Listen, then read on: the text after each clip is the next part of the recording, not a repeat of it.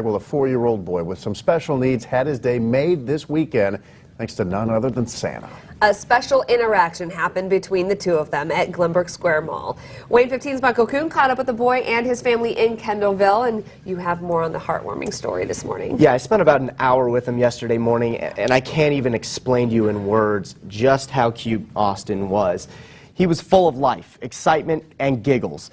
But instead of telling you about it, I'll just let you see for yourself. Meet Austin Mainers. He's 4 years old, loves Paw Patrol, and can light up a room in a second. And though he wears a smile much of the time, his young life hasn't been easy. His first couple years he spent in the hospital on and off. As you can see, Austin has no shame about his feeding tube ports.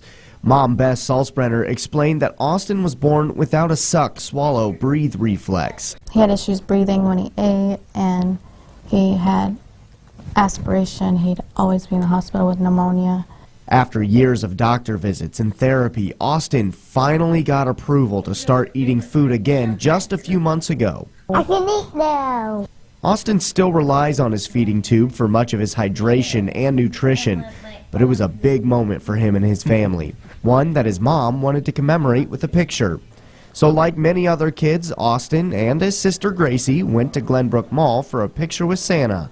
I thought it'd be a good way to have like a memorial picture. Unfortunately, it didn't start out the way she had hoped. Austin has autism and was getting overwhelmed by the large crowds. That's when Santa's helpers stepped in. And they saw that he was stressed out in the line, and they let us go right to the front. Santa snapped these pictures with Austin and Gracie, but the interaction didn't stop there. Salzbrenner asked if Santa would do something special. What do you feed you? Formula. Formula. And that's when this photo happened. It was like magical. Like he was sharing his cookies and helping him with his milk. And I could tell he was nervous because he was shaking, but he stood there and waited for the pictures to be done, and he wasn't even rushing it. Salzbrenner said she didn't have a chance to thank Santa in the quick moment, but she wants to say it now for all to hear. I just want to hug him and tell him thank you for that picture. It's an amazing picture we'll cherish forever. Now, we did try to get in contact with the Santa involved in this story, but didn't have any luck. He must have been busy making a list and checking it twice. Now, guys, what's really special about this story is the reaction to it since it was posted. Beth Salzbrenner, the mom, posted that picture on Facebook on Sunday at 6 o'clock. And already, I got to get this right, it's been shared 35,000 times and has 74,000 reactions and counting. Well, it's an emotional photo, and it just touches you right at the core and at the heart, and so I'm not surprised by that reaction. Well, and the mom told me, too, that she's really happy that this is bringing some awareness to other kids that have feeding tubes and other special needs, and that they need just as much love as anybody else with Santa. And once you see the beautiful backstory behind it, it's going to get a lot more clicks. So I hope so. When you walk into Gigi's Genesis Health Bar, you're greeted with a smile and a mission. Eat healthy, be healthy, and be more, to learn faster with special education. Corey Poremski is one of the individuals working in Gigi's newest career development program at the Fort Wayne Playhouse. This part of the building used to house a boutique, but after doing some research, Gigi's leaders decided to go another route. The food service industry is actually the largest employer of individuals with different abilities. And then we saw that there was a passion for cooking with our individuals here, and so we're like, oh, let's start our own restaurant. Executive Director Holly Tonak says it's a change that has made a huge difference. Just to see the confidence and the behavior changes of my friends that are now working at Genesis is the most rewarding thing I think I've ever experienced in my life. Genesis Health Bar features smoothies, coffee, wraps and sandwiches, and a build-your-own salad bar. But sweet treats and healthy eats aren't the only thing you'll walk away with at this restaurant. You'll also gain a new perspective. It's all about education. Both for the individuals working at Genesis and the customers themselves. I like them to experience the goodness of the meaning of Down syndrome. The community members are also understanding what Down syndrome even is and to know that there are no limits. Tonak says it's the only restaurant in the area to be operated by individuals with Down syndrome, and she can't wait for you to be a part of it.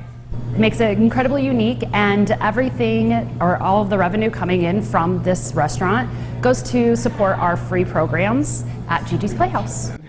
You can help raise awareness by wearing brightly colored or mismatched socks to represent a celebration of our differences. You can see them on set. You can't see them, I should say, because we're behind the desk. But here's a look at Michael and I before the show. Don't get mad at us, Jim Ricken, because we got our feet on the desk. But that's me on the right and Michael there on the left. Similar shoe.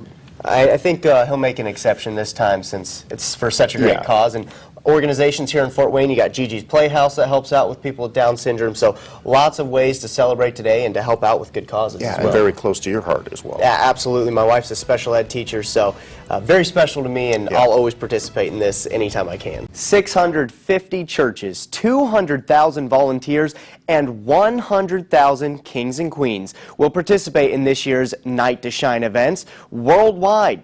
It's a night to honor individuals who have special needs and give them a prom experience they'll never forget. Each year since 2015, Tim Tebow and his foundation have organized the one-of-a-kind event. The first year, 44 churches from around the world put on events for a total of 7,000 guests. Since then, participation has grown exponentially. The guests are treated like royalty and pampered as volunteers do their hair and makeup, shine their shoes, and take their photos. Then the real fun starts when every guest walks down the red carpet to cheers and applause before hitting the dance floor and being crowned kings and queens.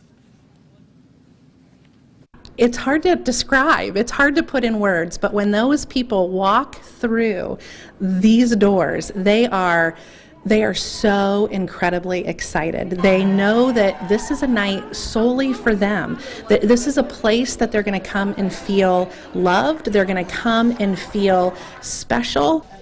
This year, there are at least 7 Night to Shine events in our viewing area, including one in Fort Wayne at Emmanuel Community Church. Churches in Auburn, Wabash, LaGrange, Defiance, and Warsaw are also hosting events. And on a personal level, my older brother Steven is actually one of the organizers at the Warsaw event. So last year, I was able to really get a good behind-the-scenes look and be involved from the start of this as a volunteer, and I'm extremely excited to be volunteering again this year. And I bet a lot of other people would like to volunteer too, so how can they get involved if they haven't been yet? Yeah, unfortunately for this year's event, the registration is closed for both volunteers and guests. However, there will be several opportunities over the next year to volunteer for next year's. You can follow the Tim Tebow Foundation page. We have a link to that on WANE.com. Just search for Night to Shine. Pat and Sierra, good morning. In just under 2 hours, about 140 athletes and their coaches will be showing up here at Turnstone for a weekend full of competition and, of course, some friendship as well. Joining us this morning is Turnstone CEO Mike Mushet. Thanks so much for being here with us this morning. What are some of the activities and sports going on as part of these Endeavor Games? Well, we have basically 3 days of non-stop activity in both competition and sport clinics. And some social activities, but everything from track and field, swimming, shooting, archery, wheelchair basketball, bocce, goalball, from both a clinic level as well as competitive events. We were talking a little bit off camera, and you said, you know, competition is a big part of this, but the camaraderie is just as big of a part of it. Absolutely. You know, it's a very serious competition on the field of play, but once they're not competing, there's a lot of friendships, you know, social interaction, people learning from one another. All of our competitors have disabilities, and their families are here, so a lot of exchange of ideas and new friendships developed. How does this all tie into the goals and mission of Turnstone?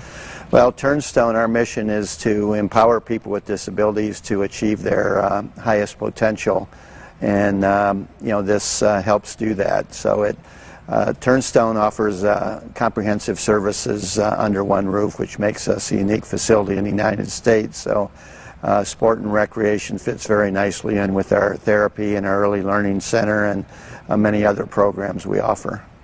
Real quick, your organization has grown a lot in the last couple of years. Some new opportunities coming your way in the next few months? Yes, this event here, the Endeavor Games, is a major tune-up for an international Paralympic qualifying competition we're hosting in July. It's a qualifier in the sports of judo and goalball for the blind. We'll have about 40 countries participating. Fantastic. All right, thank you so much again for being here with us this morning. Mike, if you want to be involved in any of this, all of this weekend's events are free and open to the public. You can find more information and a full schedule in this story on WANE.com.